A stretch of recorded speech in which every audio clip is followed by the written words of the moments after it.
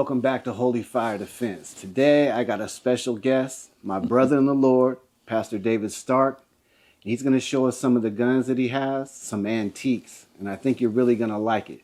So we're just going to get straight into it, and I'm going to let him take it from here.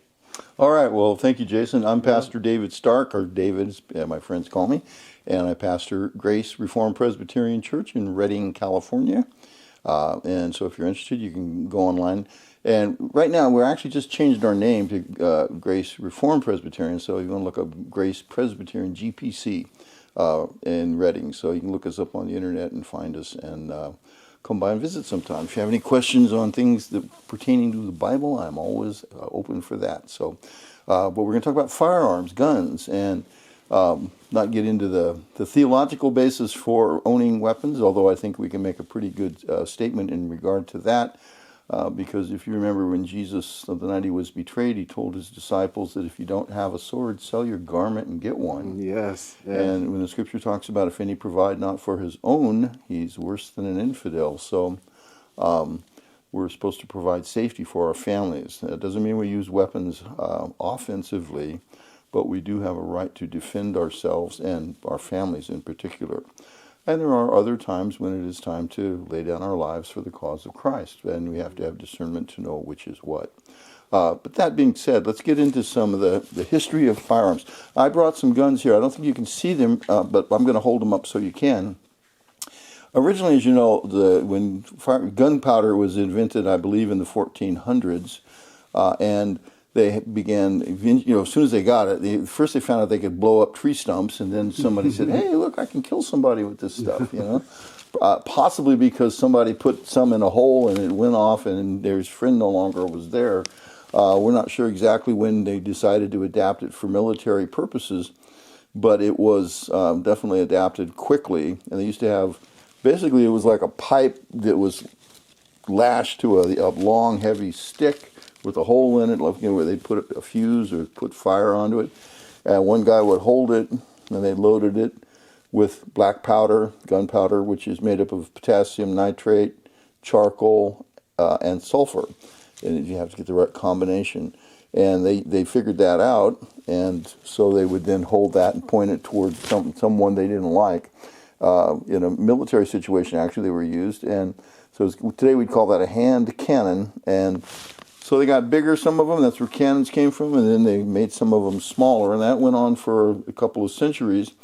And then the first gun I want to show you, I call it a gun because it's not a rifled barrel. The difference between a rifle and a gun is that generally a gun is considered to be, sometimes we use that term generically, so I don't choke if somebody refers to something as a gun and get on them, old drill sergeants will, that's not a gun, it's a rifle, But this is a gun. This is actually, these are reproductions. I've got a couple of original ones here that I'll show you in a moment.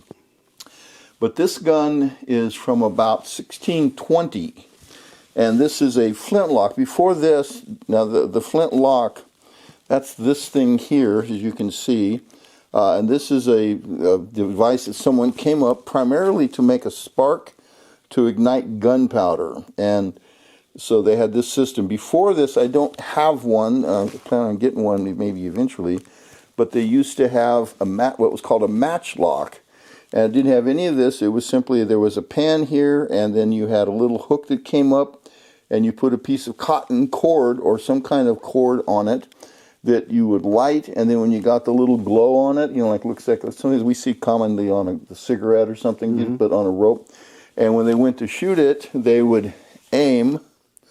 And when they pulled the trigger, as you can see this, if you can see that, that's the trigger there. When they pull that smoke, that cord would go into the pan. You had to open the pan. It would go, and then that would ignite the gunpowder in the pan. And then there'd be a charge in the barrel, and then that would explode because black powder is explosive. There we go. Can you see that? And then it would blow out the ball out that end, and then some of the vent would, if you see there we go. There's a hole there. So this is the first flintlock. And this actually is the model that was first adapted by the British military. This is a .73 caliber gun. If you'll hold that close, I'll see if we can look down the barrel. Generally, you don't want to do that unless you checked it, which we're going to do. But you can see the size of the bore. That would probably be about 10 gauge if you were looking at a shotgun. Now, one of the things, because we're going to check this, one of the things you do to check these, because you can't, it doesn't open up in the back. So you run the ramrod down, you can hear it hit the bottom. That means there's no powder and ball down there, because if we're going to be playing around with this, we don't want to have a charge in it, because it's a real gun. They do go off and they can do great damage. So this is called the ramrod here, because that's the rod with which you ram the ball down. And we'll talk about how to load these in a moment. So this gun here, if you can see the way it is, be easier once we get some basics down. So this is your barrel, okay, that's the metal part. This is your stock, and this is your lock, and that's where the phrase comes from: lock, stock, and barrel. I didn't know that. Yeah, so when you say he bought it lock, stock, and barrel, it means he bought the whole thing, because you need all three parts for it to work. Now this is kind of it looks complicated in a sense, but it's really not. It's pretty simple.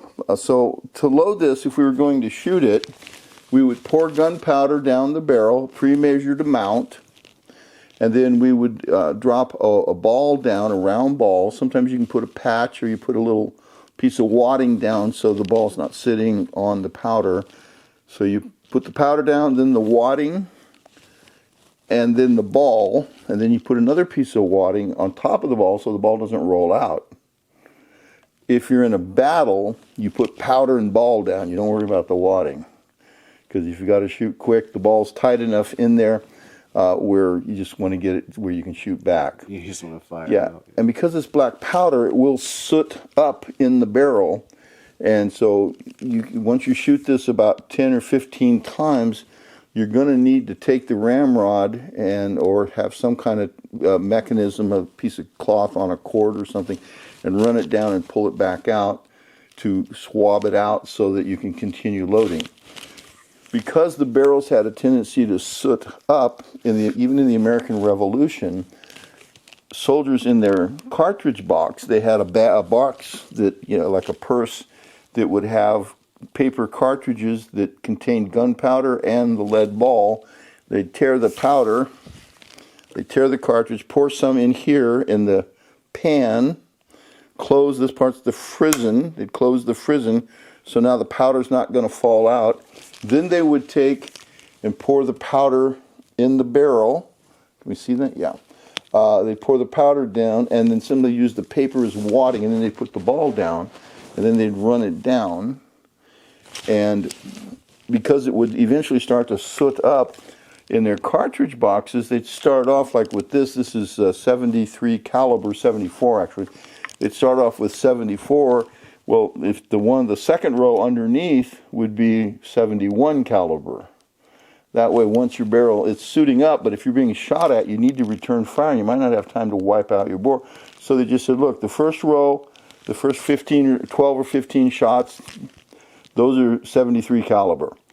The next one, we'll reduce them by 2 calibers, and so the second row in their ammo pouches, they could load quick and they could keep loading. So they would do that.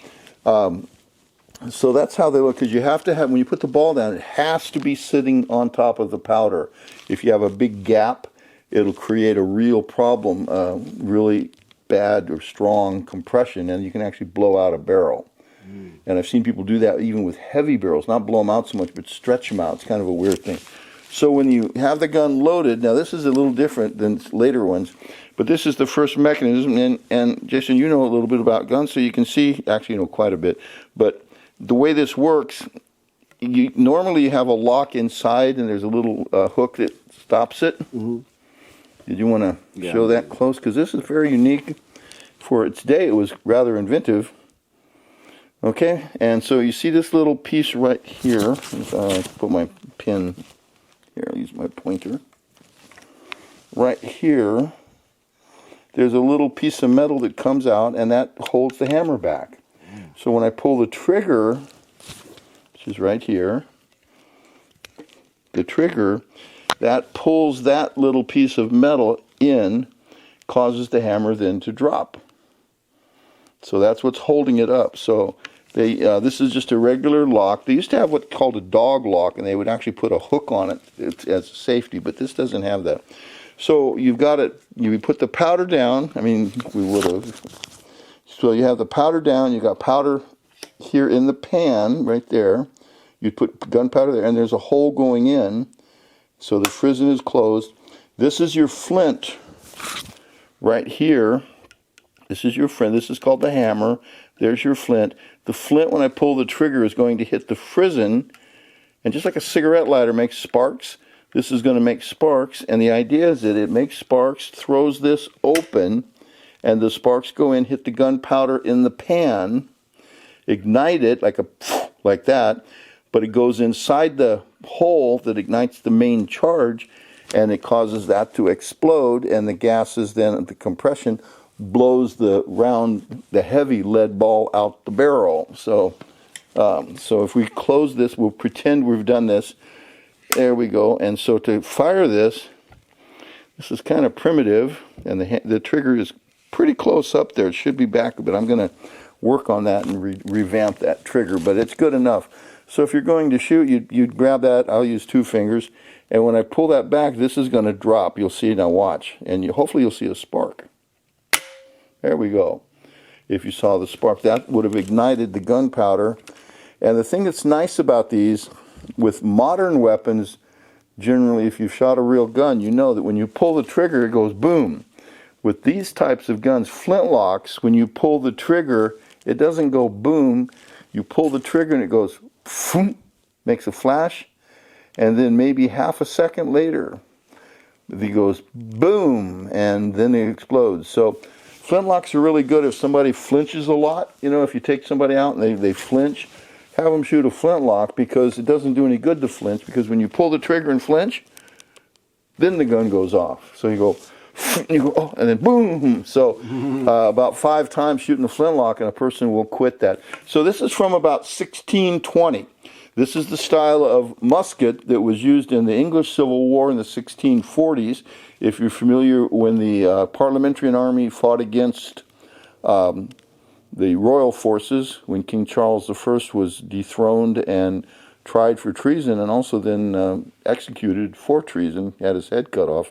But this is the weapon that both sides were using in their infantry if they had them. They had matchlocks, and they had these. This was state-of-the-art in 1620. You know, if you think about what would be our gun today, that would be the state-of-the-art, military. Generally, people like to call them assault weapons. I guess in the military, you can call them that if they're full auto.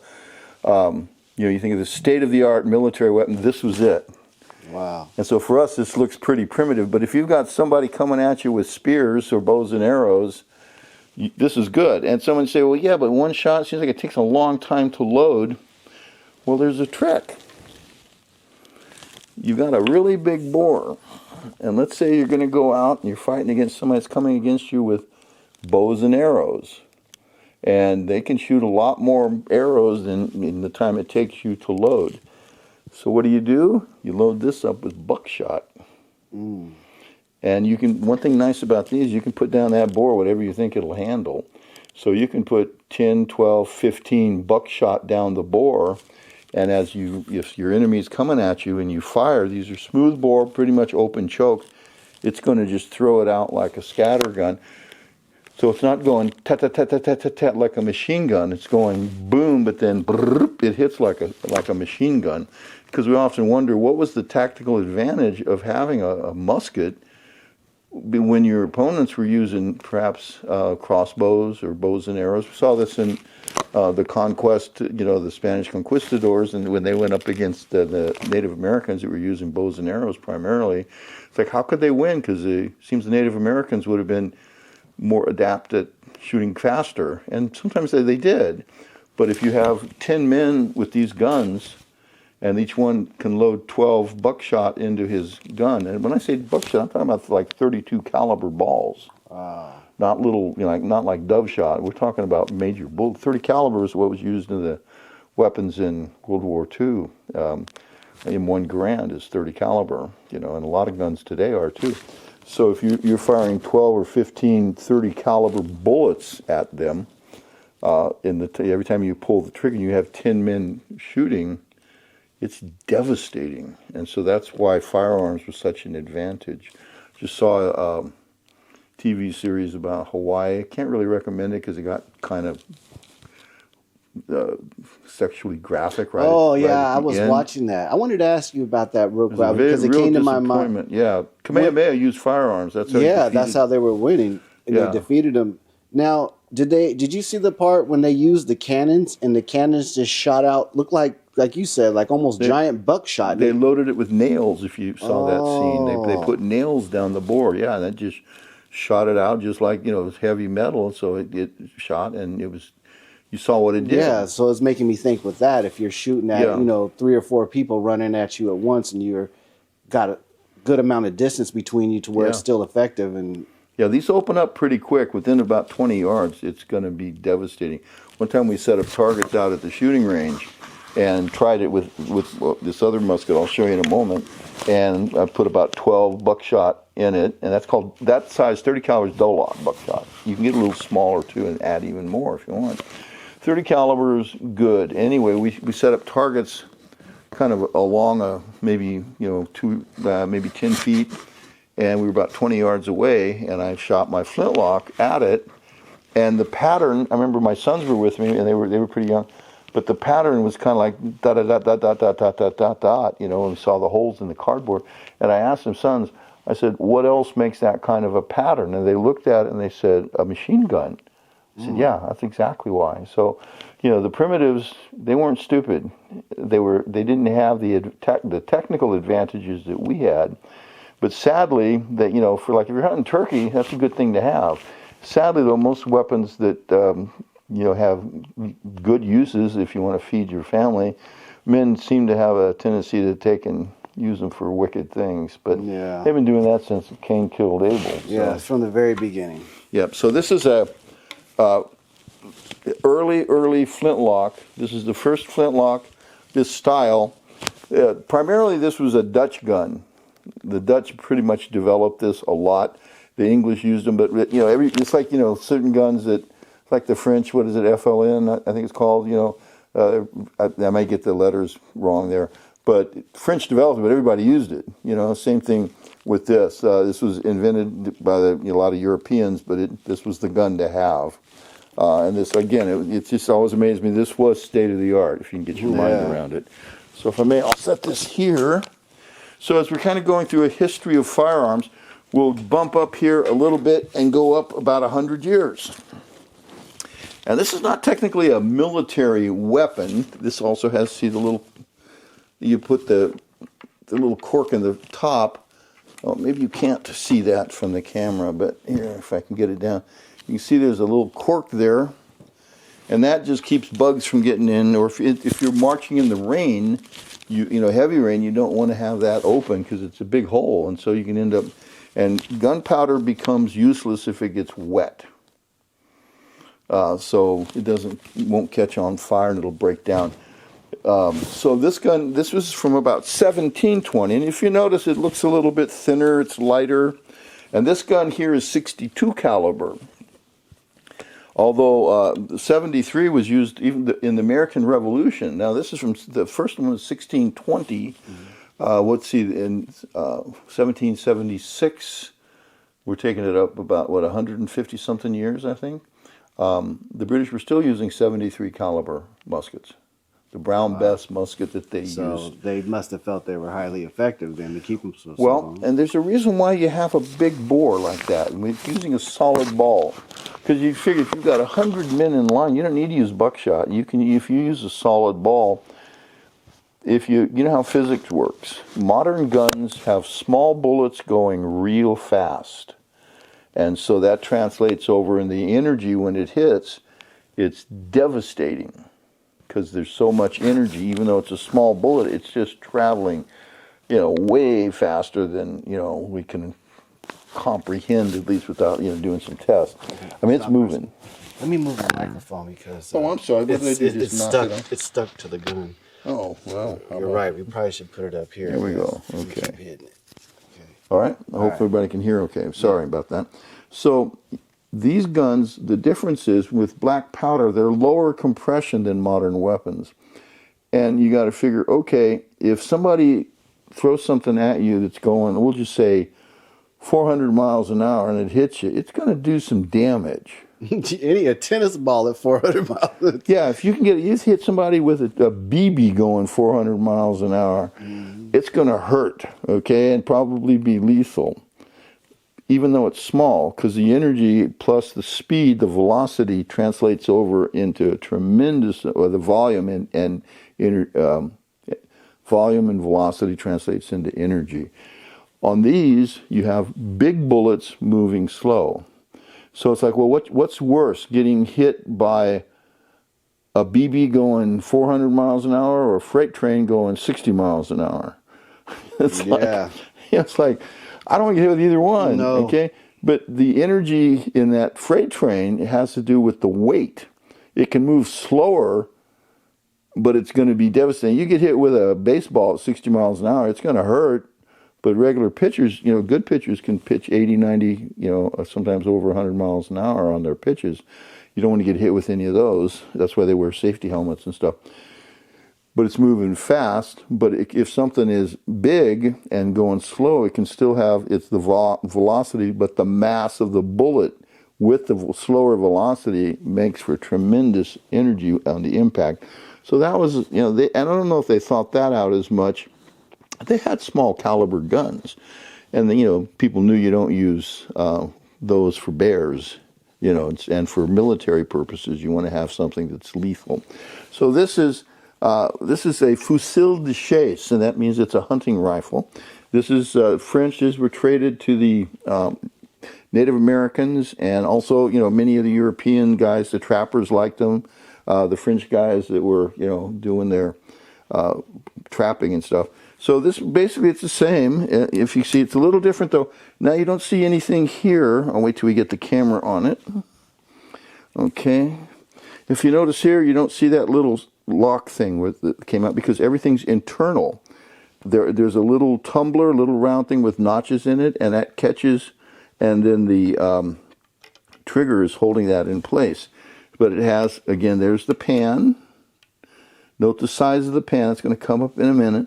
And so you put the powder in there. You've loaded the gun with gunpowder in a ball. You have to prime the pan. That means you put gunpowder. It's real fine. You want real fine gunpowder because you want it to go off easily. And then you close the frizzen. And this has an agate type flint. And when you go to shoot it, I'll pull the trigger. We checked this earlier, I believe. So. So when I pull the trigger, this is going. The flint is going to hit the frizzen, and then that's going to throw it open and put sparks into the pan. You notice this is pretty tight. So here we go. You should see a spark. There's no gunpowder in it, so that's just going to make a spark. But there you go. You see that? And those sparks would ignite the flash powder in the pan, and that's how they work. So it's a pretty simple way of doing it. Now that's the safety cock. So now I can carry it primed. If I wanted to, let's say I'm out hunting, I can have powder in there, have the gun fully loaded, and I have a safety device here. I have another safety device. This is called a frizzen cover, and that slips. That might not slip on there easily. There we go. That just slips over there. And that way, if something was to happen and the hammer slipped or something, it wouldn't hit the frizzen. It would just hit this leather, and it would not make a spark. So this is a good safety device. And I see I have a little cord holding that in place. Whoops. Okay. So, moving along there. So we've jumped up 100 years between those two guns. So if we move up to the American Revolution, now we come to this next gun. This is a French Charleville, and this was used primarily by the French military. And they reduced the caliber a little bit. This is 69 caliber, which is the same as a 12 gauge barrel. A 12. I was saying earlier to Jason that a 12 gauge shotgun, it's slug. You can buy slug shells. If you take the slug out, or if you have a bullet mold and you make bullets, you make a 12 gauge slug. It just drops in here like it was made for it. And so this is military. I don't know if you want to get the little camera on this to see the difference. But this is a Charleville flintlock musket. The French gave about 180,000 of these to the Continental Army, and so this is actually the gun that won our freedom. But if you notice, the size of the flint is really much bigger than it was on the other two. And if you notice the size of the pan, you can see it's very big, because they learned through trial and error that you want to have a lot of gunpowder in here. You want this thing to work. One of the problems that would sometimes come up is the soot would plug up the flash hole. And so what do you do if you're in combat and your gun's not firing because it's plugged? Well, they had a little thing called a vent pick. It looks just like a toothpick. You wouldn't use it on my teeth, though, because it's made out of iron. Mm-hmm. And that vent pick, you put that in the flash hole, as you can see, and you twist it a little bit, and you open the vent up again. And in this case, this one is kept with the gun. There's a little holster for it right there, so we just keep it there. And this is the frizzen cover, and as you can see, the flint's hit it a few times. That's been it's earned its usage. So we have this here. Same thing. We'd load it. We pour powder down the top of the barrel, then use the ramrod, drop a lead ball, run it down so it's seated, ready to shoot. We prime the pan. Generally, we tear the cartridge and put some gunpowder there first. Then we put the main portion in the barrel. Close the frizzen, and this one's a little looser. This is my standard gun. I've had this one for close to 40 years, and I've used it a lot. Interesting thing about these, they were used by the French. This is a 1763 Charleville French musket. So this would have been, it's a little bit, I think the French and Indian War was in the 1750s. But, you know, these were used by the French in Europe, and they were also used by the French settlers in the New World. Again, Quebec and all along the land we picked up in the Louisiana Purchase. So this gun, when you go to shoot it, as you can see, this has a really good flint and a really good frizzen. If you want to see this one I like. This is why this is my standard gun. You'll sometimes watch when I pull the trigger. See, that's like what they call, the phrase surefire. That's going to go off. Now, something's in the rain. I didn't bring any, but they have called a cow's ear or cow slip sometimes, and that's just a piece of leather that fits over this, and you tie it down, and that way if you're walking in the rain, it keeps the frizzen dry and the powder in the pan and the flint, because if this gets wet, it won't work. And they do have a tendency to misfire. That's when usually with these, if you take one and you aim it and there's no rear sight on it, so it aims even like a shotgun, because shotguns generally don't have rear sights. So when you aim with this, and it would kick like about a 12 gauge. When you pull the trigger, sometimes you'll have you've heard the term flash in the pan. Mm-hmm. That's what that is. That means the pan flashed, but it didn't go off. So what we do when we're out shooting is you pull the trigger, and if it goes, but nothing's, because you wait, sometimes it takes like a second or two even, and you're waiting for the main charge to go off, and it doesn't. Well, you don't immediately start fiddling around with it, because if there's something smoldering in there, it could take off, and it'd be a disaster if you're looking down the barrel or trying to load it again or unload it or whatever. So you just hold the gun and wait and count to about 10, and then you take it, and the frizzen, if you fired it, the frizzen will be open. You take and then probably clean the vent again, prime it. There have been times, sometimes guys, they get to talking and they realize they forgot to put powder down the barrel before they put the ball. So they drop the ball down, there's nothing in there. And getting the ball out can be challenging. The easiest way is even that little tiny hole, get some real fine powder and just pour it in so you get enough powder, and then you just load it and then get enough just to kind of blow it out a little bit. They also have, you can hook it on your ramrod, and it's like a little screw, and you drop it, and you keep hitting the ball made out of lead until eventually you can screw it in, and then you pull it out. It's called a ball puller. So they had all kinds of devices, and if you notice, this hammer is far enough away where it's really easy to put the frizzen cover on it. There we go. And this little thing here, I mentioned this to Jason earlier. Oops. Let me know when you're ready here. Yep. Okay, this is your flash protector, because if you're standing in a line and you go to shoot, when these go off, that main charge, it's going to blow the ball out, but also gas comes out that little hole out this other direction, and if you're in a line of soldiers and you fire your gun, the guy next to you is going to get a bunch of hot gunpowder blown into his face, and it's not a pleasant feeling. So they took this little brass thing and they put it right here, and you can see the fleur-de-lis on it, I think. A little French mark. And that way, when you go to shoot it, the flash, and you'll see the sparks won't go out this way at all. See? It contains it. And if I do it from this side, you can see it real clear. You'll see that it catches all the sparks and everything. See that? So this is a good protection if you're in line with guys. If these can be used actually in Civil War reenacting, the South actually used flintlocks at the beginning of the war because they were trying to grab every weapon they could.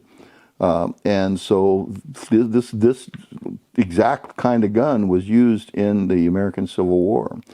The United States Army, for the longest time, I should say the United States government, the U.S. muskets were patterned after this. So if you look at an 1850 or 1820 all the way up till about 1840, they were making flintlocks, and they looked like this. If you put this in a stack of U.S. muskets, you wouldn't be able to tell unless you looked and saw the engraving that says, Charleville in France is where the arsenal was. And so this was a 69 caliber, we call it Charleville musket, from the as used in the American Revolution and as made by the French. And then it was the U.S. muskets later were patterned on this. So this is a good musket. You know, sometimes I ask people, if you could only have one firearm, only one firearm, and you're gonna, you know, and the apocalypse had happened, okay? One firearm, what would you want? What is the one gun that you would have? And, you know, and you thought like, well, you know, maybe like a 30-06 or 308, that'd be great. But then, like, well, how do you get ammo? And if, you know, we're talking long term, it might be a problem. You know, if you've ever seen some of those apocalyptic movies, they usually are low on ammo. With this gun, if you can get charcoal and sulfur, which are really easy to get a hold of, and potassium nitrate, that's what they use for stump remover. And if you know the actual combination to mix it, and it's not hard to find, it's on the internet, you can find out how to make black powder very easily, you have your gunpowder. And that's, you don't need a percussion cap, you don't need anything, you just powder in here, powder in there. You can get lead off wheel weights and stuff, lead's readily available, and if you have a bullet molder, you can make one. This gun would be used if you were going to be stuck in the wilderness or stuck on an island like Robinson Crusoe. This is the gun you'd want to have. So when, you know, I always think like, well, what if I only could have one gun, what would it be? For me, it would be this. Because I could protect my family with it, loading it with buckshot. Not for long, probably. Okay, Yeah. But at least I'd get, you know, a couple shots off. And also I could hunt, and you can put small BBs in it and hunt birds, small game. You can put a big ball in it and hunt deer, bear, or whatever else. So this is a pretty universal weapon. This is the gun that, and this type of gun is what most Americans carried with them in the westward expansion.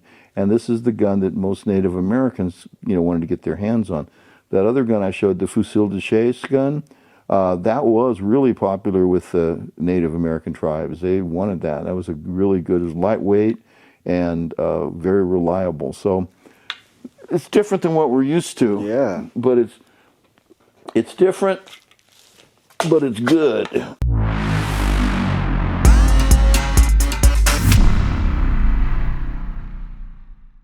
Okay, this is part two. We talked a little bit about some of the rifles, or actually muskets, that were used at the beginning, all the way back to 1620, and then we looked at the fusil de chasse, and then my favorite, the French Charleville flintlock musket, and I didn't show the bayonet that went with it, but there's a rather substantial, sometimes called a pig poker, and this was put on the end of that, so you can imagine how long it was, and that was it was quite a weapon. So we moving right along here in the history of at least somewhat history of firearms. As we look, so we've gotten up to the American Revolution, 1776. That takes us up really then into the 1800s, the 19th century, and there was a development that took place in the 19th century, and instead of having the flintlock that primed up the pan, they came up with a way to make the gun fire. Instead of having a flintlock here with the the pan and the frizzen. Is that visible on the camera? Yeah, I think it is. Mm-hmm. Somebody came up with the idea that if you have a cone, you could put a cap over it, a little metal cap, like a bottle cap, only real small. And inside that, you could put fulminate of mercury, which if you hit it, it explodes. What year was this? This would have been about 1820 is when they started. They came up with that. And so what they did is called the percussion lock. And so you loaded the gun the same. You take, this is, by the way, this is a Hawken rifle. This is what the Mountain Mini preferred. And this gun is kind of special. This is, when I said that, I'd want my Charlieville to be my standard gun. If I could take two guns, this would be the second one. Okay. Because this has got a rifled bore. What they found out, remember I was talking that guns would soot up? Well, somebody, I think it was someone in Germany, back in the 1700s, might have been in the 1600s even, they had the idea, look, if the barrel soots up when you're shooting it in combat, why don't we cut grooves into the barrel so the soot will go into the grooves more and it'll be easier to load and you can shoot longer. And they found that worked quite well. And the longer the barrel or the longer the grooves, the more soot it'll handle. So somebody decided, hey, you know what? What if we take and instead of just having the grooves be straight, if we make them go around on the way up, then instead of having 4 feet of grooves, we can wind it so you end up having inside the barrel, the distance increases because it's taking longer to get to the end. So we can increase it from 4 feet to 6 feet, pretty much, or 5 feet or so. So they started putting grooves in, and we call it now twist, with a twist on it. And they also real quickly discovered that these guns had an accuracy they'd never experienced before. And so they started rifling the barrels. And that's why you have riflemen in the military. I'm trying to think what the... Sean Bean was in it about the British when they were fighting Napoleon, and he was a rifleman. What's it called? I just saw an outtake from it. Anybody watching this is probably going, "Oh, can't you remember?" I know, but Sean Bean, it's what's the name of that show? Sharp's Rifles, because the British military were using smooth bore like the Charlieville, only they had the Brown Bess musket. They were using those, and those are just like it's like a vacuum cleaner tube. It's just like a shotgun barrel. There's no rifling in it. So what they found out, though, is that if they had rifled barrels, those guys could shoot people way far away with much greater accuracy. So they would have your standard troops issued smooth bore muskets, but then you had another company or two of riflemen. Now they just rifle all of them, but then that was a special thing. So they had riflemen. So this is a rifled Hawken gun. This is it's not a musket because it's a civilian gun. This is kind of adapted a little bit for military. It's got a infield steel bayonet, not bayonets, a ramrod. So that way, if you're out in the woods, you don't have to worry about your ramrod breaking. Usually these are made out of wood. So this is my hunting rifle. So I've got a steel ramrod for that way I don't worry about it breaking. Now with the rifling, could you explain to them why they used that and it made it more accurate? How does that function? Well, just like if you throw a football and you spin it, it'll go. Depending on your strength, it generally feels like it goes farther, but it goes much more accurately. If you watch a football game, Super Bowl's coming up one of these days, so when the good quarterback, he knows how to spin it, and how do you know he's a good quarterback? Because he can put that ball right exactly where he wants it. he's not just, if you put it on a catapult, you really don't have any control over it. So like even when they kick, they try to put a little spin on it if they can, but they know more about that than I do. But I do know when you throw the football, you want to put some spin on it. Well, a football is shaped kind of like a bullet, except the end's flat on a bullet. And when the bullet is going out the barrel, the rifling, if it's twisted, it makes the bullet spin in the barrel. And so when it comes out, it's spinning, and that causes it to be straighter. Flintlock guns, like the smoothbore that we were using or looking at, we didn't use it, we haven't shot, but flintlocks were lethal at 100 yards. I mean, I've set up like milk, 1 gallon milk jugs at about 50, 60, 70 yards, and you can hit them pretty easy. It's not hard to do. So the idea that, they were just super inaccurate, that's not really true. They were very accurate. But once you get beyond about a maximum of about 100 yards, and maybe even not quite that far, you're going to maybe be 3 feet or 2 feet on either side of what you're shooting at. It might be up. So you can't always tell where it's going to go. But with a rifled gun or a rifled musket, and we'll look at some of those in a moment, at 100 yards, 200 yards, 300 yards, 400 yards, you know where that bullet's going to go. And if you notice, this gun has a rear sight on it. Oh, the first one we've seen. Okay. Yeah, because that you line that up with the front sight here. Here we go, I'll get it down with you. See, there's your front sight, and here's your rear sight. You line those up, if you know how to do that, where, you like so. There's your rear sight, and there's your front one. You get that right, you have your whatever you're going to shoot standing on that front sight.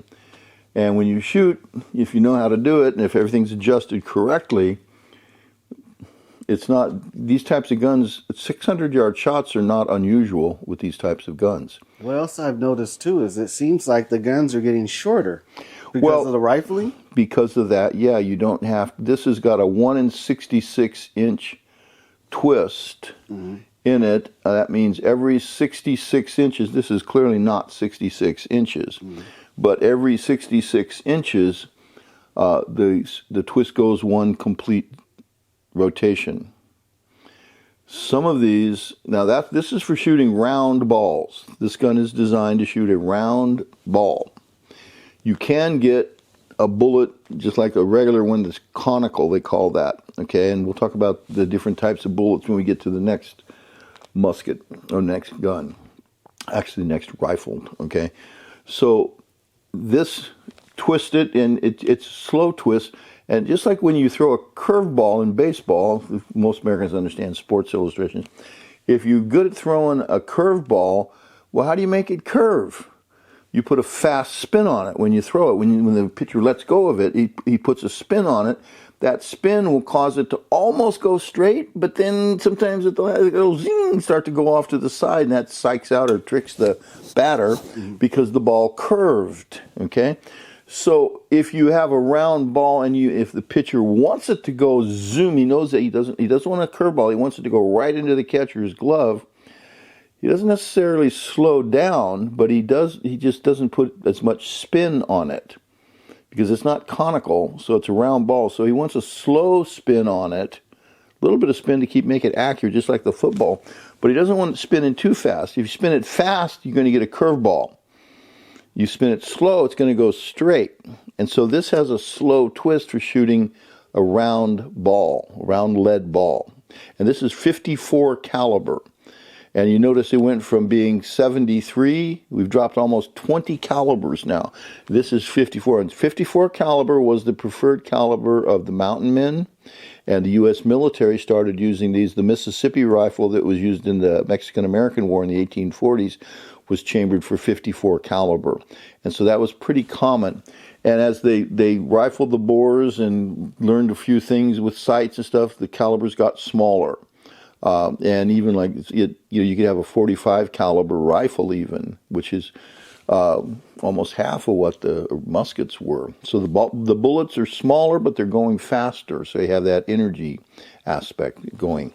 So this gun, you'd load this, you pour the powder down, and then if you have a round ball, sometimes you'd have a piece of cloth, you put that down, and then you'd push it in, and then you'd use your ramrod, put it down, and you want to sit, it's called seating the bullet. You want the lead sitting on top of the powder. You don't want to crush all the oxygen out of the powder, because you have to have that to get it to burn, because it's saltpeter, sulfur, and charcoal, but oxygen's also the fourth element. So you want to have that, so you want it sitting on top of the powder, but you don't want to crush it, because the gunpowder, it's kind of like, sugar granules. So, there's air in between each of the granules. So your bullet is seated, and then you bring it, and this gun, you cock it. That's your first cock, but it's kind of hard to get there. And then you cock it all the way back. And this is your percussion cone or nipple. And this one's, most of these kind of guns,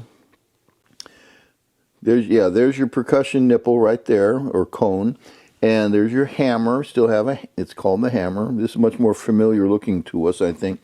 And so you'd put a little brass or copper cap over this, and then you can see there's a hole there in it. And so you put that on, that has fluid of mercury, and when that hammer hits the cap, it's going to make it explode, just like a cap gun does. And then the flash from the cap, you're not going to see it, but the flash is going to go in there, and then there's a little hole that goes into the barrel. And just like the flintlock, it's going to ignite the main charge. Now this one here, this is a military style. This is a different size. This is a musket cap.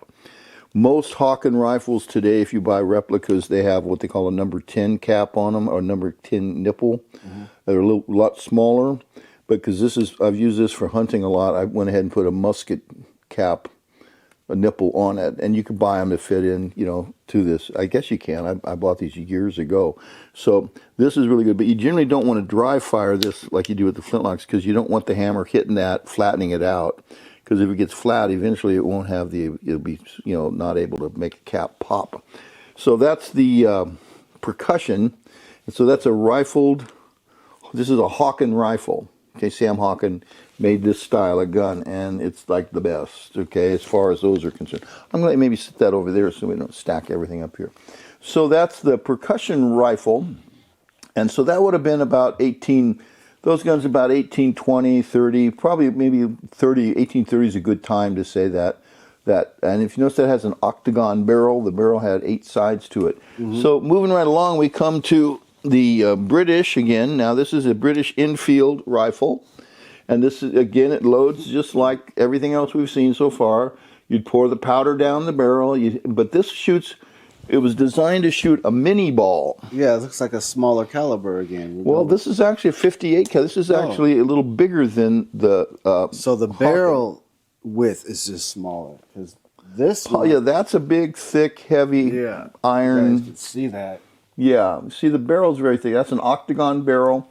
And that was bored out, and that's and rifled. Mm-hmm. So and the reason why that's heavy, because think, well, why would you make it so heavy? Because you got to carry it around with you. You can load that up hot. Let's say this gun, the Enfields, they're made for killing people. Okay, sadly, you can use them for hunting and stuff like that. But the Enfield, military guns are made for taking human life. That gun is made for hunting.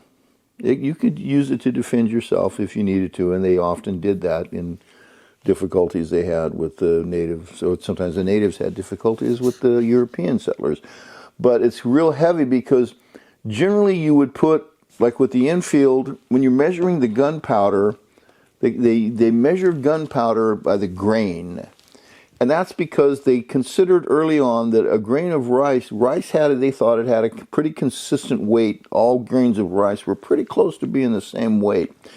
So they would take and put, let's say you count out 60 grains of rice, and you put it in a scale, and then you add gunpowder on the other side, and at about 60, with 60 grains, it would go, okay, it balances out. So on an Enfield musket, you could, if you had that paper cartridge, it had 60 grains of black powder in it. You didn't have to prime it because it has a percussion cap. So 60 grains, you tear it, and then the mini ball, or Minié, the mini ball basically looks like a thimble. It's a lead conical bullet. It comes up and then it's flat on the bottom. Looks like a regular bullet today. but it's hollow on the base. And because this is a rifled musket, so you didn't have to patch anything or put a wad down. You pour the powder, drop the mini ball in. Sometimes they had beeswax or grease in the grooves because it wasn't just straight. It would have little grooves in it, and that they'd put wax in there, and so that way it's lubricated. But it's just a projectile. We haven't moved to primers Just or to shells project. or No, nothing. it's just to Okay. yeah. You have powder going down the barrel, and then the projectile lubricated.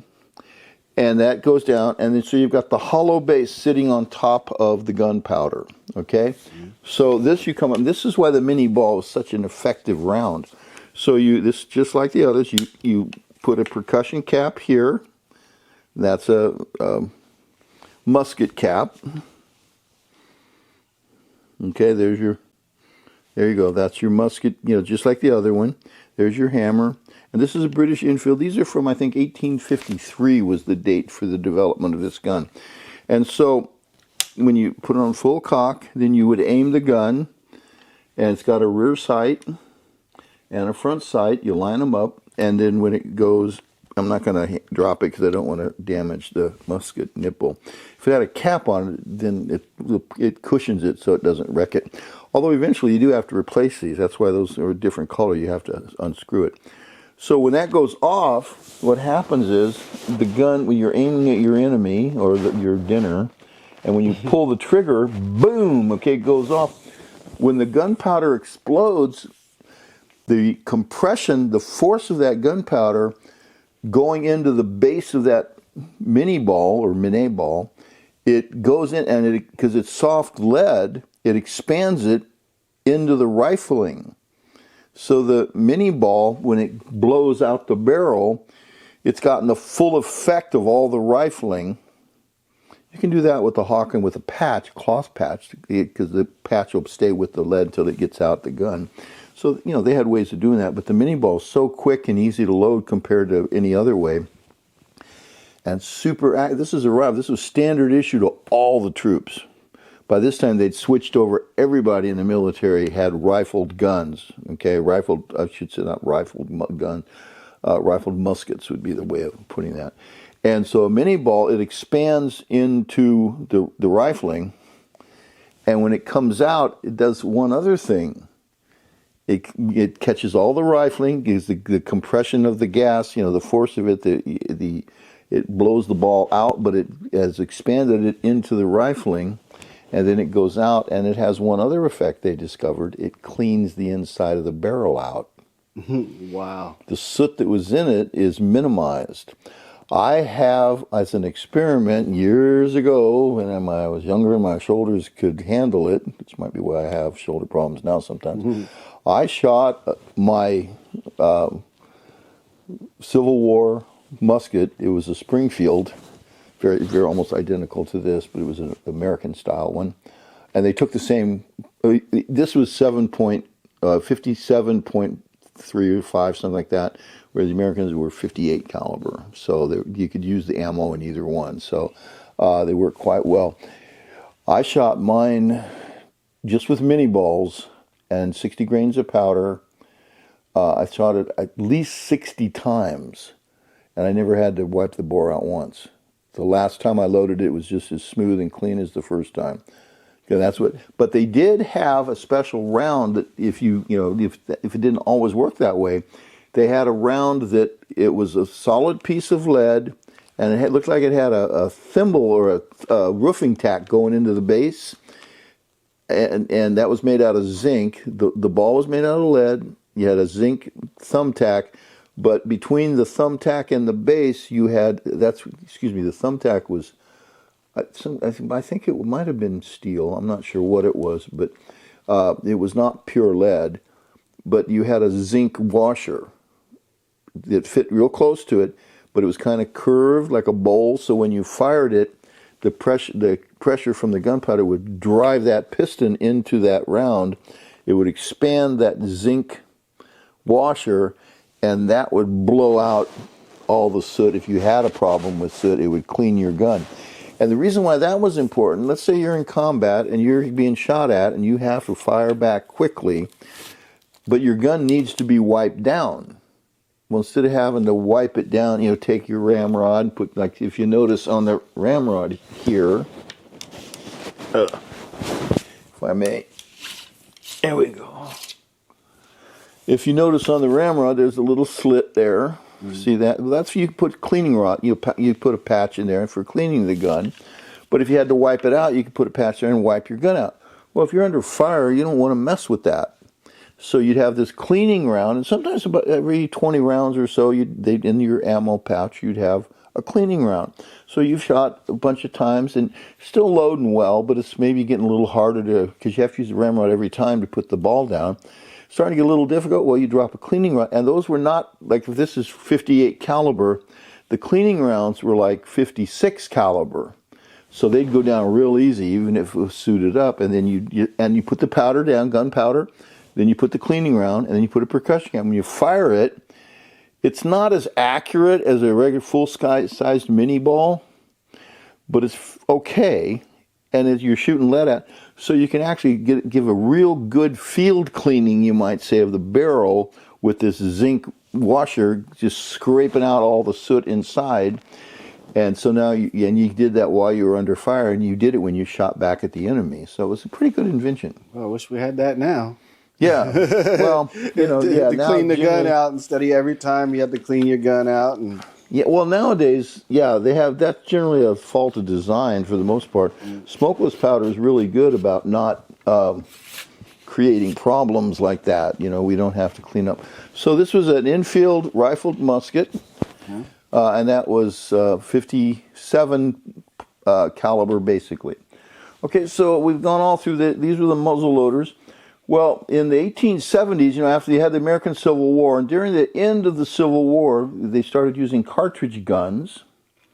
Wait a minute. Now, that's the one we shot, right? The shooting range? I think this is, this one. This was the Trapdoor Springfield. Yep. Yeah. So if you notice, this gun cosmetically looks a lot like that Enfield. It does. It's got the exposed hammer. This looks like a pan almost, but it's not. So this was an 1870, this is an original.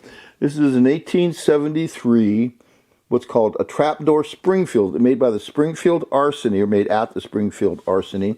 And this, they had reduced the caliber down to 45 caliber now. And so this was originally called the 45-70-500. And that's because it was a 45 caliber bullet, meaning the bullet itself was, the diameter was 0.4 of an inch. That's how caliber works. And, 9mm and 38 caliber are the same bullet. The bullet is. The cartridge, the brass part is different. So this was a 45-70. So this was a Trapdoor Springfield. And why they call it a trapdoor? Well, here's why.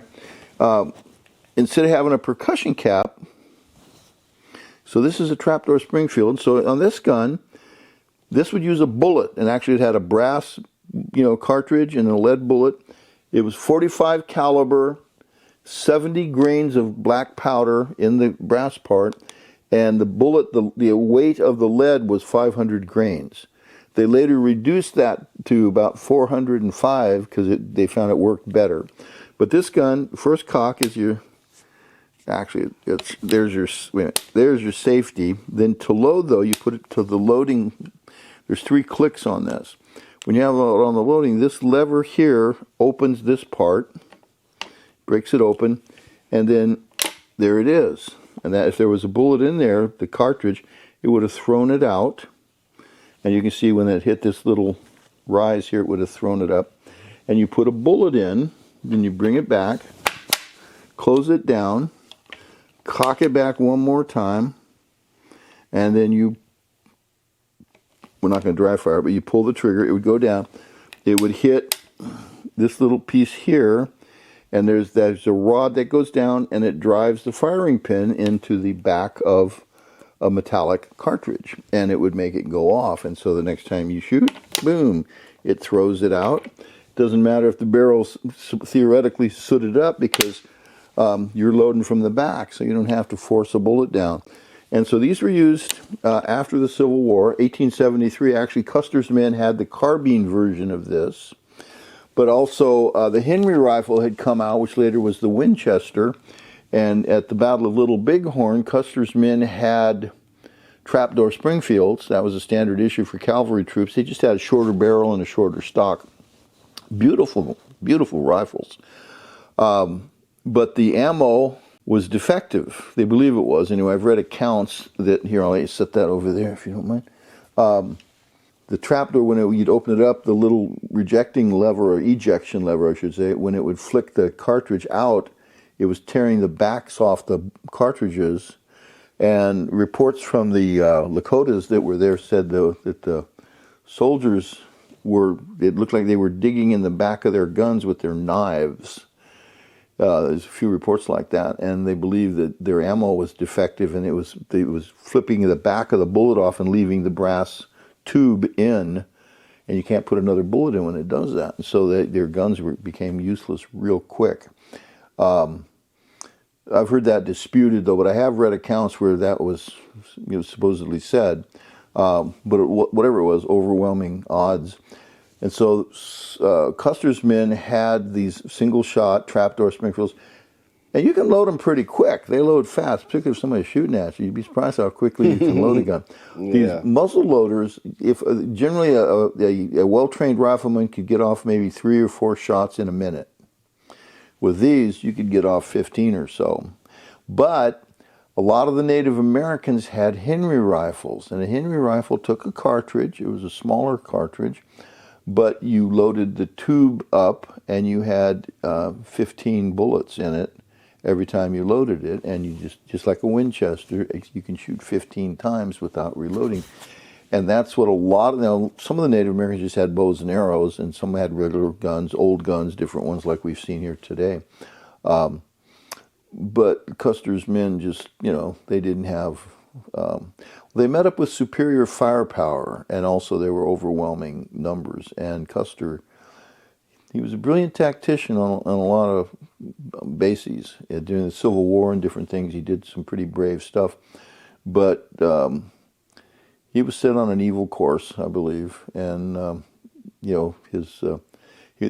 had offered to let him take a mountain howitzer with him, which was, a cannon that you could throw out, a huge amount of balls with that. But he thought it would slow him down because he was in a hurry to go get into battle. So it cost him his life and his men.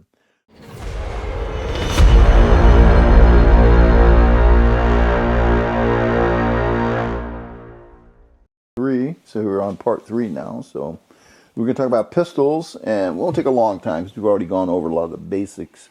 So we start off with pistols. Some of the, like the early muskets, the 1620, they had pistols. They were longer and, usually 62 caliber for pistols most of the time, but they made them bigger. Then later you had flintlock guns, and these are some examples. This is one of my favorite ones. This is a Charleville pistol. This is a 69 caliber French design, and if you notice the barrel, that's a 12 gauge barrel there, we would know it as. So this was a huge pistol, and generally you would get 2 of these. This is a similar gun, not the same make, and these were called horse pistols because you wore them on your saddle because they're kind of heavy to have in your belt. But again, if you're a pirate or a Navy officer, you don't ride a horse on the deck of a ship.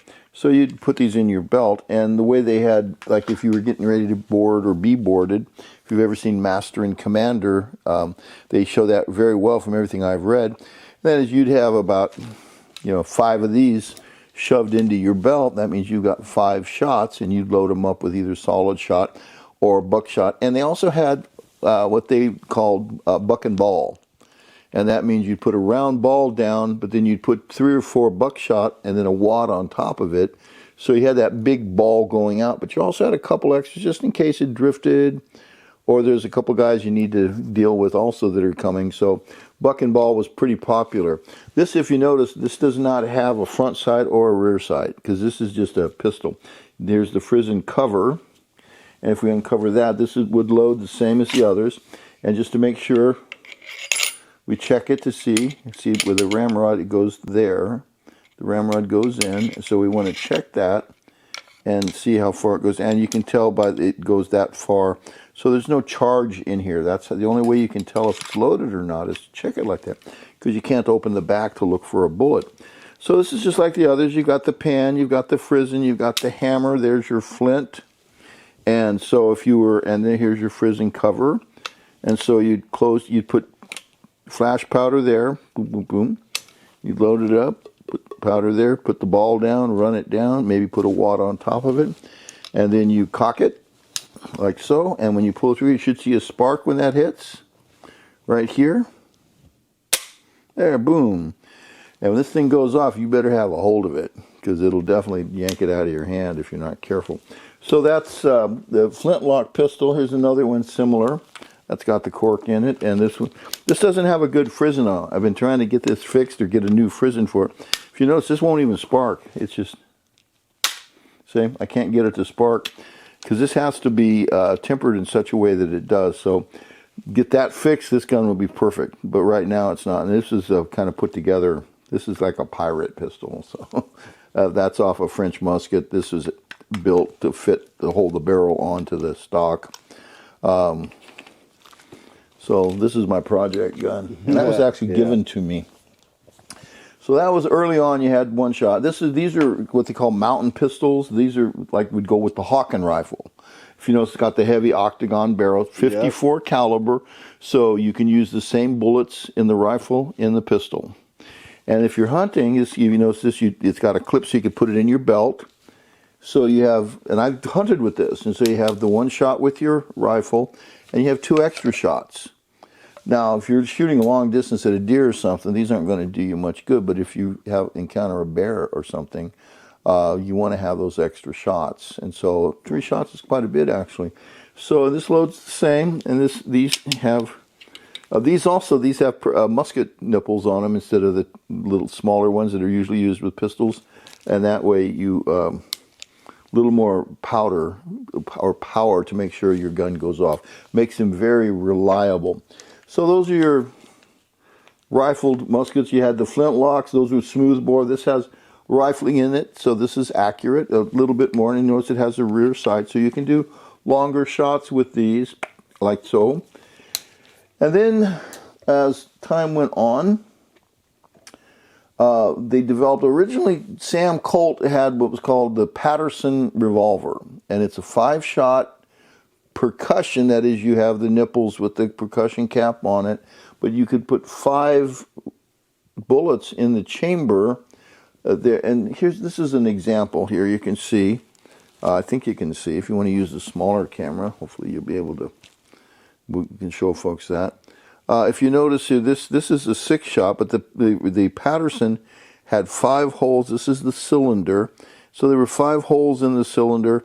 These are at about 44 caliber. And so you could load your Patterson up and then shoot it 5 times. Those were originally issued to the Texas Rangers, the Patterson revolvers. They were pretty small. It was 32 caliber, very small, like a 30 caliber basically. And the advantage was, though, that the Comanches, when they fought the Texas Rangers, they knew, because they figured the Texas Rangers primarily were using guns just like this. Well, you see 10 Texas Rangers, you ride up to them, they're going to shoot at you with these guns 10, maybe 20 times if they have 2 of them with them. You just wait till they shoot, and then they're not going to be able to reload quick. So once they've shot once all of them had fired their muskets, then you can swarm them and take care of them, and so a lot of men lost their lives like that.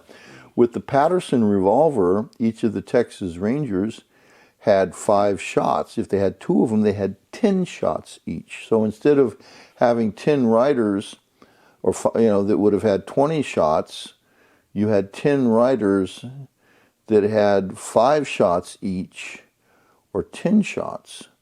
So, the amount of firepower. So the Comanches, the first few times they encountered Patterson revolvers, they realized this changes everything, because the Texans had so much firepower.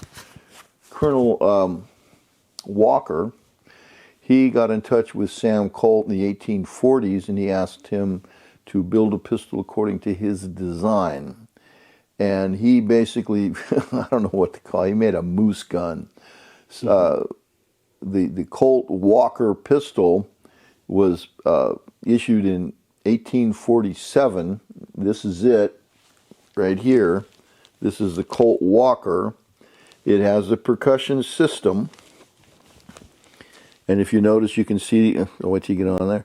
If you notice, you can see the cones where you put the percussion caps, and there's the hole where you'd load the bullet. But to load this, and this has 6 shots. This is a 6-shooter. To load this, you have this rod here, and it breaks loose. It's held by a device here. And so you would put the powder in here, and they have a device that makes it real quick. I have one in my car, but I didn't bring it.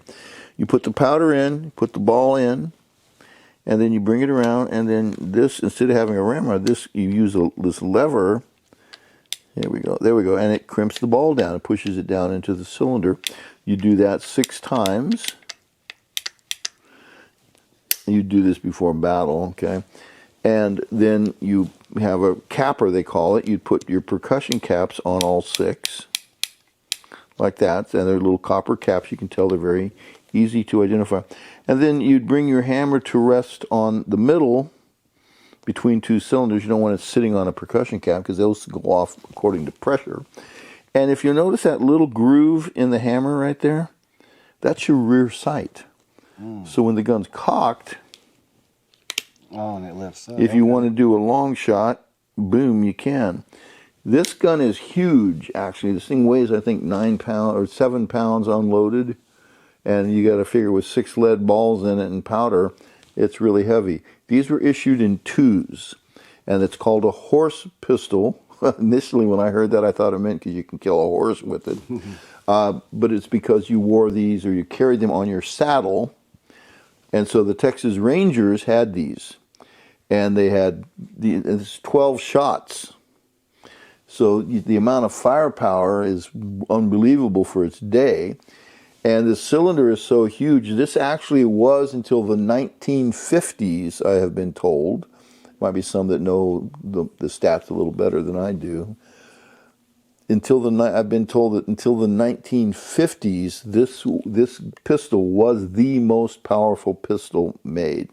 Until I believe it was the 44 Magnum was developed. And this is the Colt Walker in 44 caliber. And this thing was super powerful. The Patterson you had a lot of firepower, but it was a small bullet.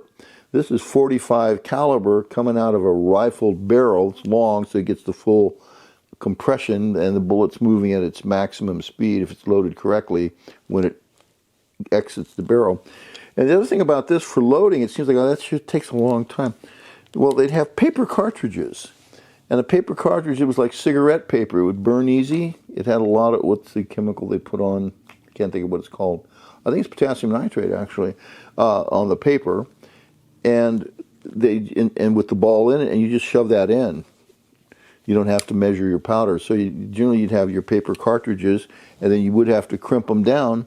But it loaded way faster, and then you have a capper, and you can throw the caps on fairly quick.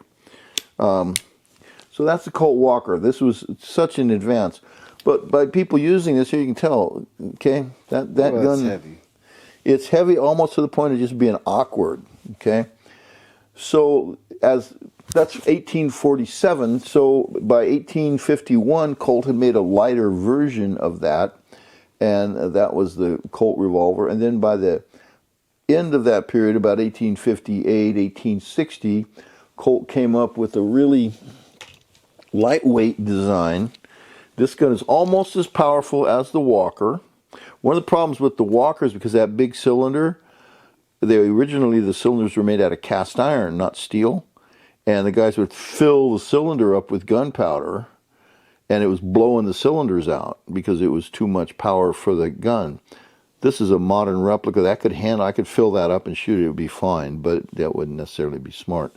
So you'd lower that down to about 40 or 50 grains. That's a lot, by the way. Generally, standard, like 30 grains is about what you want to shoot. If you look in the manuals, they'll tell you 20. But you can get away with 30 quite easily, and it's good. And the gun is actually very lethal at that point. But that little paper bullet that had 30 grains of gunpowder in it and a 45 caliber, well, this gun here will handle that also, and it's a 6-shot. This is a Colt revolver. This is an 1860 Colt. So is that cylinder steel? Because it looks smaller. Yeah, these are made out. There's no cast iron here. This is steel. Mm-hmm. Okay, and this gun, it's 45 caliber, and you load it just like that. And here's, if you notice, here's your loading rod. So you take that and you load it there. Okay, and so then you have 6 of those, and then you have a capper, and there's even a little groove there to help guide the capper down. And it's a little thing that holds the percussion caps, and you just put them in, and they go on there real quick. And then you put the hammer down in between, and now you have 6 shots. Boom! These were used throughout the Civil War by both sides. Now you can, here, pick up this for a second again. That's the walker. Okay, now set it down, and then imagine now you've been using a walker, and somebody hands you this. Oh my gosh! See the weight. This is way lighter. Yeah, but now it's not as pretty though, but it's lighter. No, it's a beautiful gun. That's actually what you're holding is actually an original. That's an actual 18 that was made in that gun itself. The serial number, I traced it down. It was made in 1863 during the middle of the Civil War. Wow, so they were really using that one is. I have 2 others that are very similar. So somebody in the Civil War could have used this. Oh, I'm sure it was used. Yeah, you can actually. There's ways you can find out who it was issued. You can find out all kinds of information. I have some. So they even had serial numbers way back then. Huh? They have serial numbers on everything on that one. Yeah, wow. These are reproductions. If you notice this one, this is the one I used when I did Civil War reenacting, and it looks pretty much the same. There's an interesting thing about it. If you'll notice, why does this feel a little lighter? I don't know. Try it again. What do you think? About the same, or that one's lighter? This one's lighter. Well, I don't know. Maybe different steel or something. Yeah. But they're close, and this is a reproduction. Reproductions are generally not exact, but they're close. But the interesting thing about this here, I'll show you something. This, because this is 45 caliber. You'll notice now this has this hook, so you couldn't use it. But that little notch that's right there, and you see these things right here on both sides. There was a device. Oh, here, I'll show you. Okay, let me know when you. Okay, there you see these little screws, and there's a little notch on the very bottom of the gun. On this one, the original, you see the notch, but you don't see the bolt. So what is that? This is another reproduction, and this one has the screw there, just like this one, and the notch. That's because Colt learned you could make a buttstock for this. You would hook it up. It would hook in to the screws that would hold it. And then the way it hooks on, there was a little screw, you would tighten it in, and then you had a buttstock. So you could actually use it like a rifle. Wow. And that meant you could really get long shots. And like I say, if you notice, the rear sight is on the hammer. They cut a V in the back of the hammer, so when you're looking down the bore, see, there's your rear sight and there's your front sight. You line those up, and either bye-bye Johnny Reb or bye-bye Johnny Yank, or Billy Yank, I think it was, they said. So those are the guns there. And then the South had a gun that the Union didn't have. There was a guy named LeMat, and he made guns, and he was a very interesting fellow. And he tried to sell his gun to the Union Army before the war, or actually the American Army. They didn't want it. So he ended up, Mr. LeMat ended up becoming Colonel LeMat, and he ended up marrying General Beauregard, who was part of the Confederacy, his daughter. And he offered his gun to the Confederate government, and they said, yeah, we want these. Problem is, they didn't have the means of making them in the South, so they had them made in France and finished in England, and that was the LeMat revolver. And that is the only pistol, I'm going to show it to you in just a second, that's the only pistol that came out of the American Civil War that was actually considered an assault weapon. And I will show you why. I happen to have one right here. We're back to basically these boat anchor things, okay? This gun is heavy. And I'll tell you why it's heavy in a second, okay? As you can see, it's a little different. The loading lever is not underneath, it's right there. See, that's for loading. Okay, so this gun, this is a LeMat revolver. It's very pretty. You can see the French influence, I think, in it a lot. And this has a 9-shot cylinder. See? Never even heard of that before. This gun will shoot 9 times once it's loaded. Now, that sounds pretty good, right? If you're a cavalry officer, if you've got one of these, or you're a cavalryman, and you've got to charge artillery, you've got 9 shots, okay? Which gives you an advantage if the fellows on the other side are using even 6-shot revolvers, okay? The LeMat, as far as I know, was pretty much the only popularly made revolver. There were probably 2,000 or 3,000 of these that got through the blockade, got into the South that were used. But a lot of the guys, Jeb Stuart and Beauregard, obviously he had one, it was his son-in-law. But they liked them. They were really good. If you go to some of the museums in the South, Civil War museums, or even up north, you'll see these. So that's pretty good. But that's only half of it. There's an advantage with this pistol that no other gun has. See, the barrel's 45 caliber. The originals, actually, this is a reproduction. This is an exact reproduction. The originals were 41 caliber, I believe. And in order to not have people try to pass off the reproductions as originals, they said, make the new ones, make them in 45 caliber. So if somebody comes and says, oh, I have an original LeMat revolver, you just check if it's 45 caliber. It's not original. The originals were 41. You can say 42 the way the lead works, you know, and pushes down. So to load this, you would put your bullet in there. Gotta cock it so it'll turn. Bring it around. Okay, bring it around, and this pushes it down. You do that 9 times. Obviously, you want to get it loaded before the battle starts. And then you put that back, and it locks in here. Just a little clip holds it in place. Okay? But if you notice this, there's something weirder. What is this? There's your 45 caliber barrel. What's this? Grenade launcher? What is that? Well, kinda. That is a, I believe, 20 gauge shotgun barrel. That'll fire too? Yeah, this has a shotgun barrel under the main barrel. So what you do when you load the cylinders up, you got 9 shots there. Here you pour some gunpowder down here. And if you want to, you can put a solid slug, or you can put about 8, 9, or 10 buckshot down. So instead of having 9 shots, you have 9 with this, and then if you put 9 buckshots in here, you're going to have 18 rounds. How many, some of the modern guns that you know of, I know you don't own any of those things because this is going on the internet. But how many rounds does a Glock hold? California? yeah, in California 10, everybody knows that, okay? Yeah. This has 18 rounds in it. Wow. Now granted, the last 9 are going to be fired all at once. But what you do, you put the powder down, you put that, and you have a wad. Well, look at this. Here's your remember this is your loading rod. Mm-hmm. See this? That's for loading the shotgun barrel. See? Can they be fired simultaneously? No. Okay. Because I don't think you'd want to be near this gun if it did. Okay, so what do you do? Okay, how do you get that to go off? Well, the hammer here, if you notice when I cock it, the hammer hits these cones here. Well, where's the shotgun? It comes back here. Now watch. See that cone right there? Mm-hmm. That's for the shotgun. Right here, there's a little switch. Now watch closely, if you can see it there. Okay, we'll wait till everybody gets close there. Thank you, guys.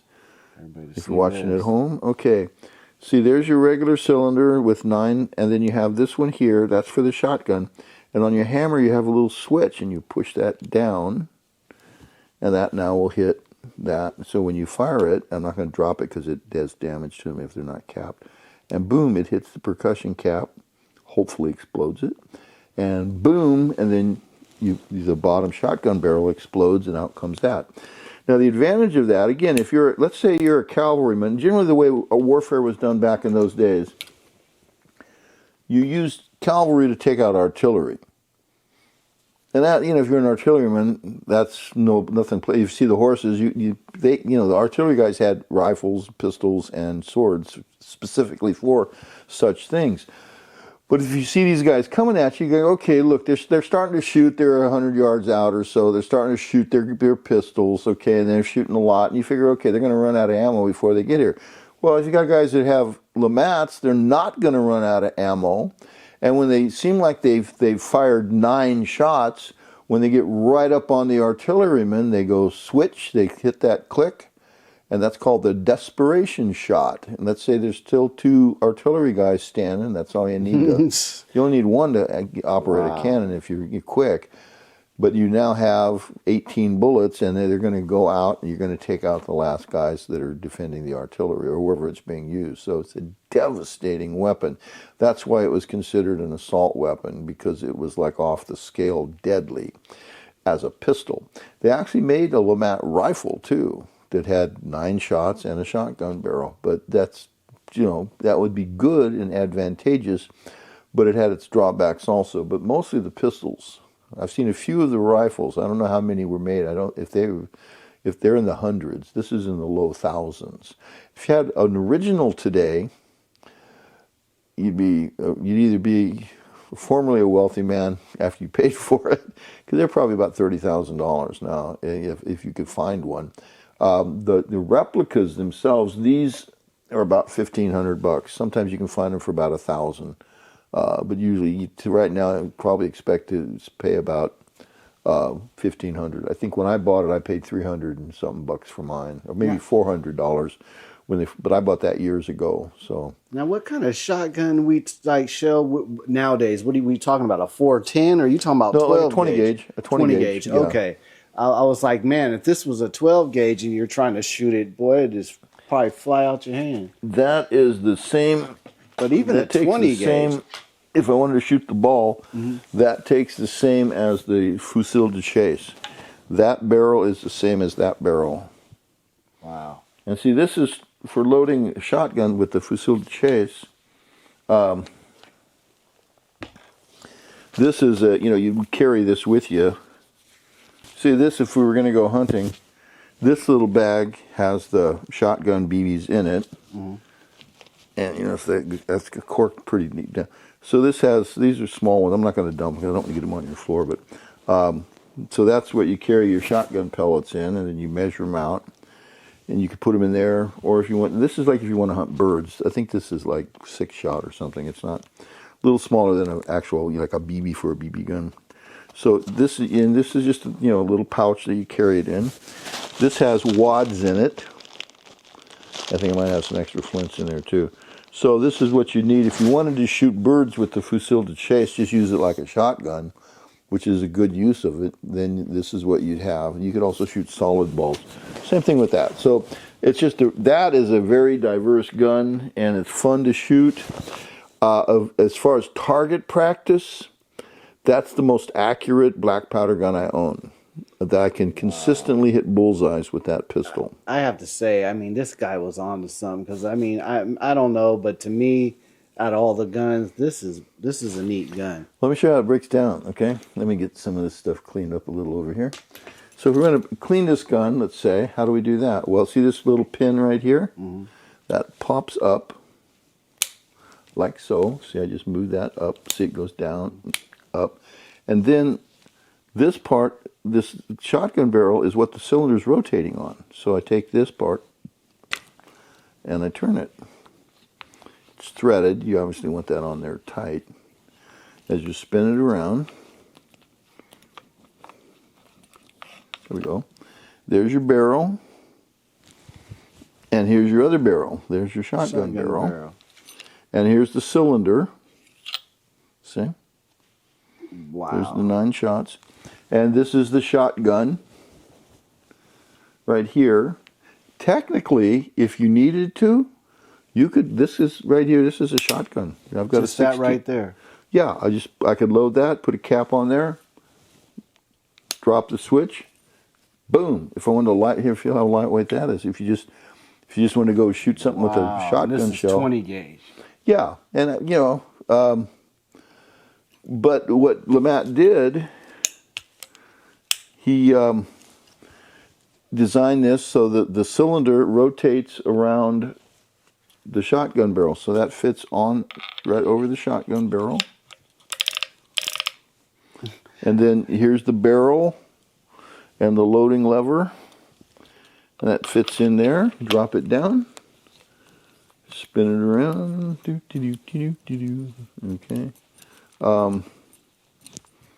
Wait a minute. There we go. And see, now I can tell it's right at the end, so I bring it over. And I want to get the snap down. You know, this is almost like a Thompson where you could switch the barrels out, put a 410 shotgun shell on it, put a 357 barrel on it. But this is just, it's all in one. I don't know. That's yeah. I'm trying to line it up here, but yeah, you're absolutely correct. Unique gun. That guy, he was. I mean, I don't know why our Army didn't pick it up, but well, it was too expensive. One of the reasons why sometimes the military didn't want soldiers to have like full auto guns and things, they were afraid they'd waste ammunition. So they're being like it's like, hey, you do know we're going to be where people are going to be shooting at us. I can't quite get that to go down for some reason. It's not lined up, so I'll mess with that later. Yeah. It's a very precise gun. It's not a problem. That's just, got to tap it a little bit, and I don't want to do that here. Yeah, I've got to tap that back a bit. Anyway, so that's the LeMat revolver. This is probably the apex of percussion guns. Let me get that lined up there. Put it in between, and see, and that locks up so you don't have it slip. Whereas Colts now. See, with a Colt, if you're carrying it loaded, you'd have that halfway between the cylinders. But technically, that could slide over, and now you've got the hammer sitting on top of. On a cartridge gun, it would be like having the hammer on the firing pin, or the firing pin on the cartridge. So that could be dangerous. So what they did with Colts, I think this one has that. One of these did. Yeah. They started putting a pin in between the cylinders. Your eyes are probably better than mine. Can you see a pin there? A little tiny pin sticking out? Yep, sure can. Okay. That's so that when you lower the hammer for safety, there. See, it locks it in. It can't slide over. So Colt did that. LeMat had that. It just locks into the barrel. So other than that, this is when they first started making cartridge guns, this was a open top. This is a Smith & Wesson. This is a 38 caliber. The caliber is actually called Smith & Wesson 38. And if you see, so that would load here. It's 5 shots. It's a pocket pistol. This belonged to Dr. James Smythe back in the 1800s. Wow. And he's one of my ancestors. So anyway, there you have the 5 shots. You'd load that, and so you'd shoot it. You got to cock it back, and then this I can dry fire. It doesn't hurt it. So you shoot that 5 times. You see it. When you cock the hammer, just like on the other ones, it rotates the cylinder. See the cylinder's turning, brings the new bullet up, and then boom, okay? And so now you've shot it up, and it's empty. You've shot it 5 times. This little thing here, you lift that, and that comes, and if you notice, the bullets would be sitting there. They have rims on, you have the bullet and then a little rim on. When it comes up, that lifts up and lifts the bullet out. And so you go like that, and your bullets fall on the ground. And then you put 5 more in and close it up, and you're ready to go again. So it loads quick. That's a cartridge gun, and this is probably the apex of these types of guns, single shotguns. This is a Colt 18, what is it? It has the patent date on it. This is a Colt revolver. Most of these were made in 45 caliber. Let me see if I can find the patent date on it. Yeah, 1874. 1871. Okay, so this was the original patent. 1871, Colt came up with this design. And if you notice, it's quite similar to this. They look the same. As a matter of fact, a lot of the parts in the 1860 work in this gun. The lower part, if you take this part here and this part here with the handle, see how that attaches with the 2 screws? Note the same. So these are, you could pretty much put the handles and stuff from here onto this. So it used a lot of parts. But the advantage is this is a cartridge gun, and this you'd load 6 shots, and this is 38 caliber, so it's a little heavier than a 45 would be, or a 44. And you put 6 shots in, boom. When it's time to eject, instead of having a loading lever, you have an ejection lever, and that's this little thing here, and that goes down. If you notice here, the rod comes out, boom, and if there was the brass part of the bullet or the cartridge, it would pop it out, but you have to do that each time. So it's slow, but again, you have 6 shots, and these were what were used in the Indian Wars, and this is what was issued to the Army. They had different handles. This is a little fancy. These are like ivory handles with an eagle on them. But when you cock it, we'll check it absolutely to make sure that it's empty, as you can see. Mm-hmm. Okay. And we don't dry fire this one. Well, actually, I guess you could. I'm not comfortable doing that. But you can work the action and try. You can see that gun, it's heavy, but it's easy to shoot, you know. It's well balanced. That was the advantage of Colts. That's the gun when they say that Colt made men equal. This is a smooth gun right here. Pardon me? It's smooth. I like it. Yeah, it feels good. A lot of these guns, you know, you can see the advance where, you know, they came from just 1 shot to 5 shots, and then to 6 shots, and then 6 very powerful shots. And then they were able to get the power into lighter weight pistols. And eventually they got where this would load quick. The advantage of the Smith & Wesson is that break top, boom, you got the gun empty right there. You have to go each cylinder and inject. Yeah. The Smith & Wesson, boom. And they made this type of gun, they made a lot of these in big calibers, like 44. There's the 44 Russian. It looks almost like this, except it's about twice the size of the gun. So did they start making these breakaways first before they started making where the cylinder would fold out like I more think modern? So. Yeah, the modern guns. I've got one of those at home I could have brought, but I thought we'll just stick with the antique-ish type firearms. This would be a cold little gun right here. Yeah, like I say, Dr. Smythe, that was his pocket pistol. He carried that with him. And it's a 38 caliber. 38 Smith & Wesson. If you it won't, you know, they have 38 Smith & Wesson 38 specials. There's actually a 38 Colt, it's called, which is almost looks exactly like a Smith & Wesson, but it was made for the Colt 38.